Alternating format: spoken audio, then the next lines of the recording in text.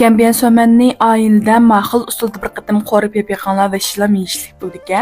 Unda bo'lsa buni qanday aytdimki, ma film seyretmay oxirigacha ko'ringlar. Oldi bilan mushu Gambian so'man ketalik saylarni filmda ko'rsatgandek tayyorlab olgandan keyin tayyor qilib olgan saylarimizni o'zimiz yaxshi ko'rgan usulda to'g'rab tayyor qilib olamiz. Qizlar mushu cho'ntaqsizlik, qo'rma, so'aqsay, ichimlik, murabba, 60 xil tamoq darsigimizga haqsiz qatnashqisi bog'lar.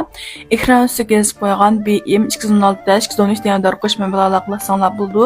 Har xil cho'ntaqsizlik, qo'rma, so'q saylarning tayyorlash usulini kutib qo'yamiz. Ketalik saylarni to'g'rab tayyorlab olgandan keyin qazonimizga muvofiq miqdorda may quyib tayyor qilib olgan go'shni sap qo'rib olamiz. Go'shni qo'rgan vaqtimizda muvofiq miqdorda tuz bilan janyo quyib go'shni qizartib qo'rib olamiz. Orqadan tayyorlab olgan sinjang bilan so'ng piyozni birla vaqt sap qo'rib olamiz.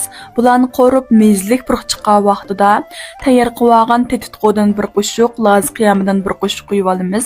Bugünmini ishlatganim cho'ng ustamning Gambian so'man tetitqo'si. Tetitqo'ni sap yaxshi bir qo'rib olgandan keyin tayyor qilib olgan ko'k loza, qizil loza, samsoqlarni birla vaqt sap qo'rib olamiz. Orqadan oldin pishirib tayyor qilib olgan Gambian so'manning chupi bilan jusayni birla vaqt sap yaxshi bir qo'rib etgandan keyinla apistimini qilsak bo'ldi. Amsa sizlarmi mushningdek o'xshatib Gambian so'manning tayyorlash usulini o'rganib oldinglarmi?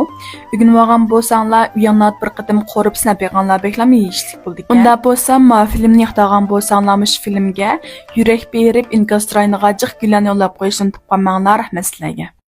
快手，拥抱每一种生活。